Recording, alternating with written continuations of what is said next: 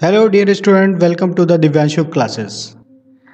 दोस्तों, आज मैं आपके सामने आपके लिए लाया हूँ वो 5 अमेजिंग ऐसी टिप्स जिसकी मदद से आप टर्म टू आने वाले अपने टर्म टू एग्ज़ाम पे 95% स्कोर गेन कर सकते हैं, वो भी बिना किसी प्रॉब्लम के।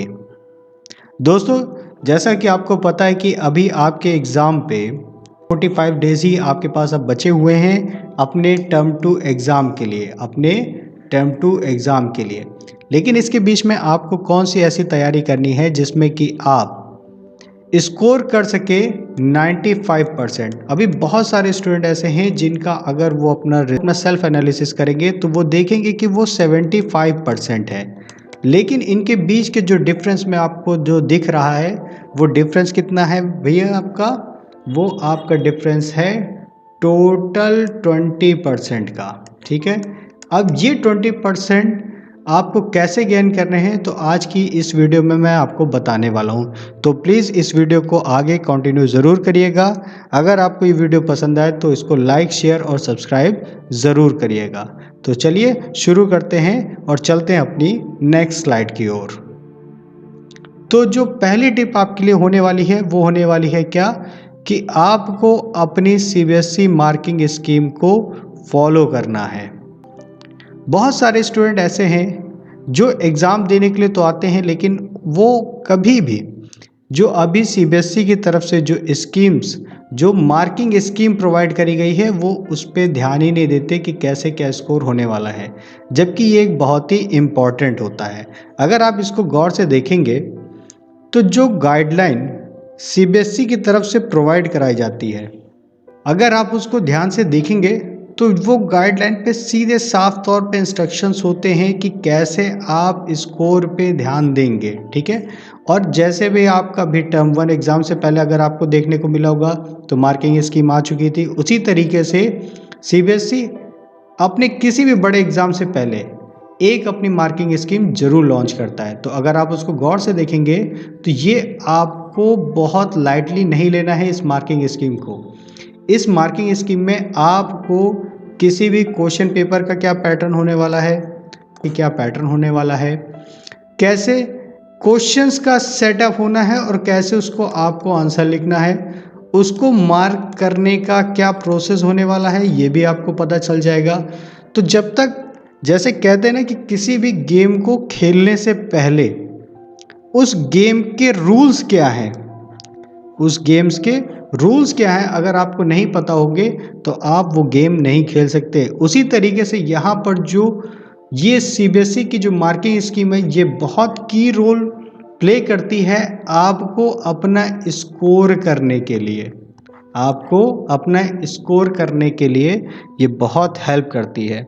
तो प्लीज़ सबसे पहले आपको क्या जाना है, आपको अपनी सीबीएसई स्कीम मार्किंग स्कीम को देखना है ताकि आप उन सारे रूल्स को क्या कर सके, ध्यान से समझ सके कि वो रूल्स आपके लिए क्या कह रहे हैं, और उसी हिसाब से आप अपनी आगे की स्ट्रेटजी को बना के रखिएगा।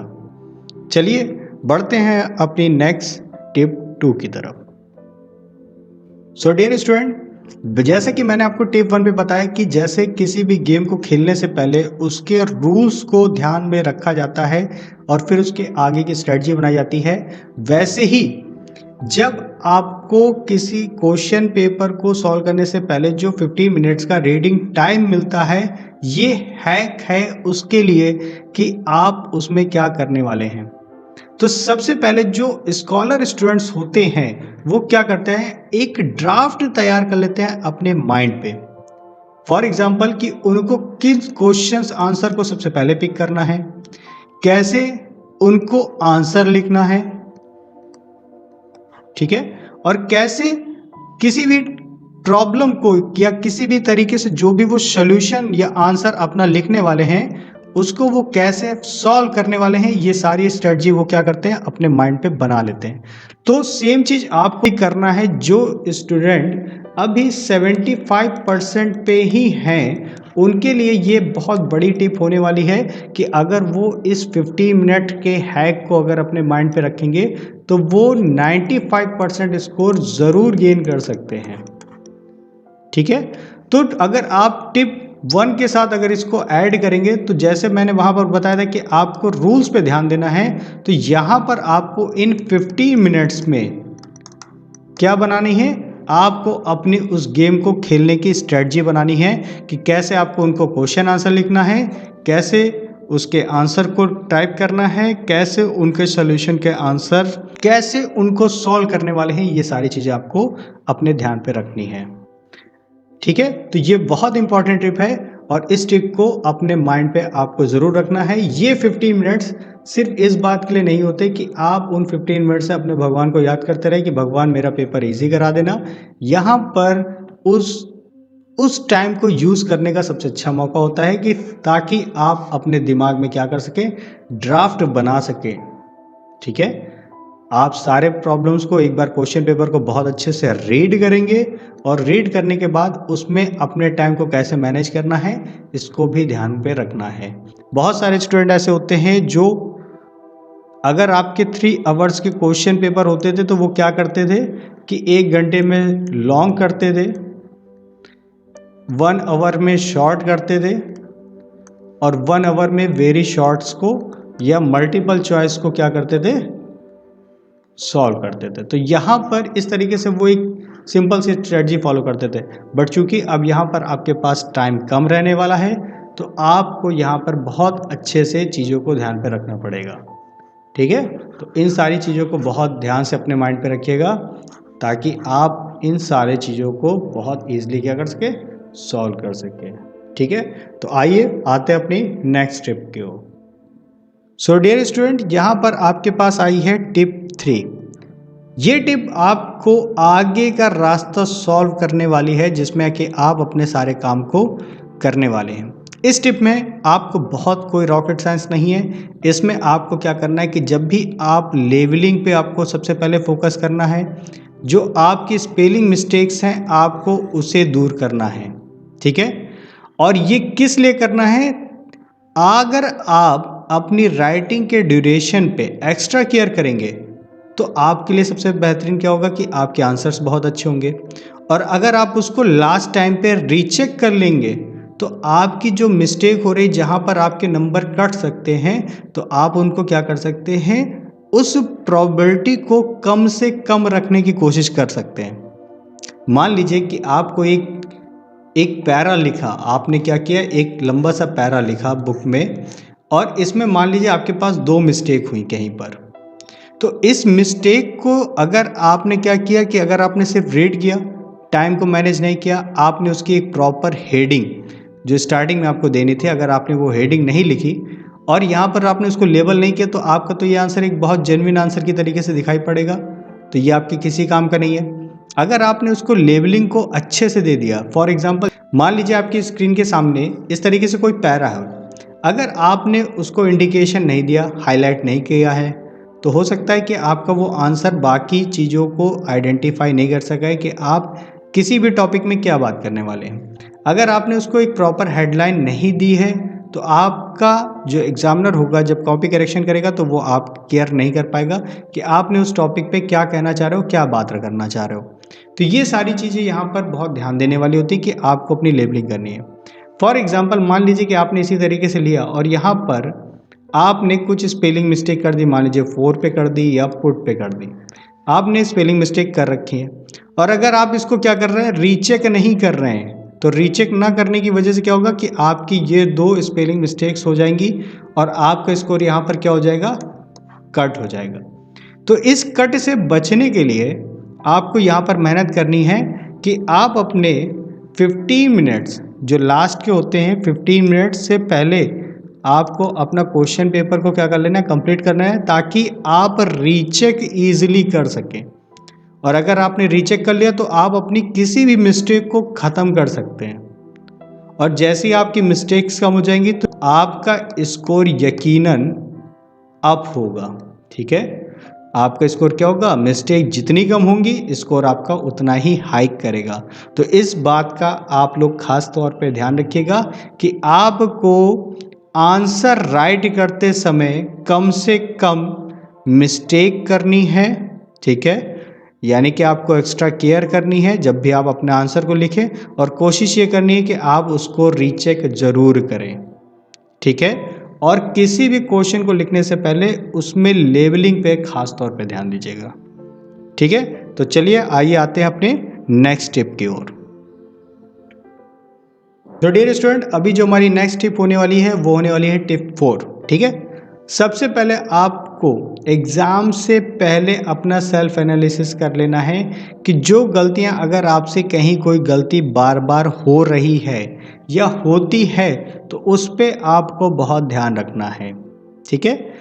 अगर आप यहाँ पर ध्यान से देखेंगे तो यहाँ पर मैंने आपको लिखा हुआ है कि after solving any question read and analysis them for any mistake. यानी कि बहुत स्टूडेंट क्या होते हैं कि जल्दबाजी में उन्होंने मान लीजिए किसी आंसर को अपना लिख लिया, लिखने के बाद तो लिख तो दिया, लेकिन वो कभी भी उस पर एनालिसिस नहीं करते हैं कि क्या कहीं उनके आंसर पे कहीं कोई मिस्टेक तो नहीं है, क्या कहीं पर भी जो आंसर देना चाहिए वो दिया है कि नहीं दिया है, जो क्वेश्चन में पूछा जा रहा है वो उसका आंसर लिख रहे हैं कि नहीं लिख रहे हैं।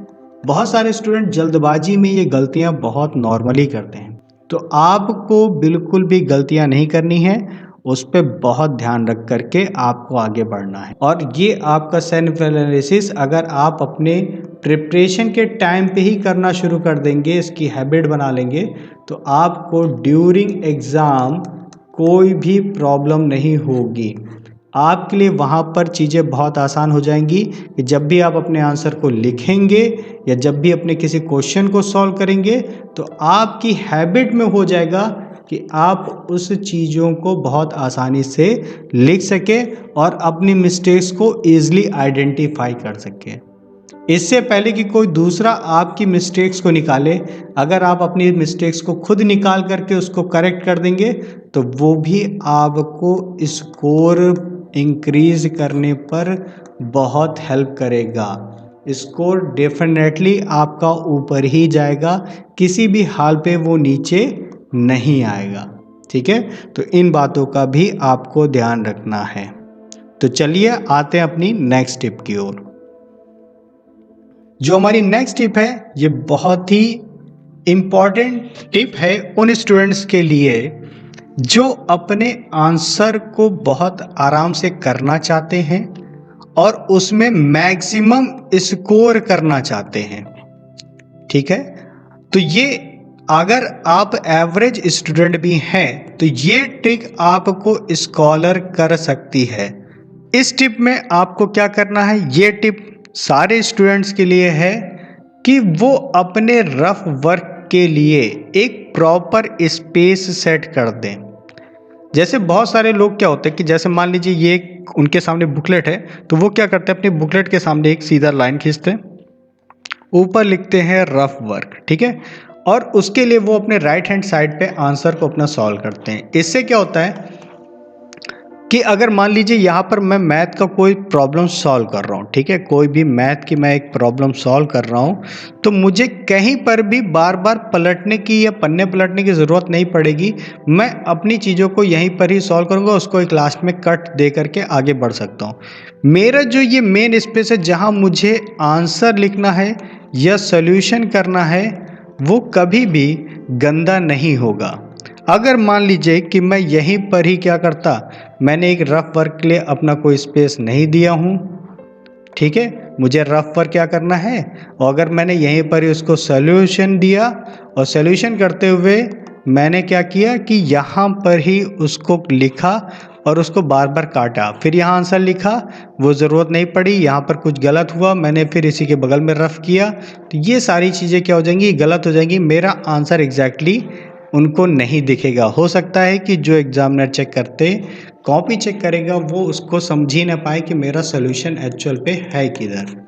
तो इन सारी चीज़ों से बचने के लिए आप क्या करेंगे, सबसे अच्छा तरीका आपके पास क्या है कि आप अपने या तो राइट हैंड पे पूरा क्या करिए, रफ के लिए एक प्रॉपर स्पेस दे दीजिए, या फिर अपनी आंसर शीट के लास्ट पेज को, ठीक है, लास्ट पेज को क्या करें, उस पर रफ वर्क लिख करके उस पूरे फुल पेज को आप यूज़ कर लीजिए और लास्ट में उसमें कट जरूर करिए ताकि एग्जामिनर को पता रहे कि ये आपके सोल्यूशन का पार्ट नहीं है, आपने जो भी आंसर दिए हैं तो वो उसका पार्ट नहीं है, बल्कि ये क्या है, एक सेपरेट पार्ट है।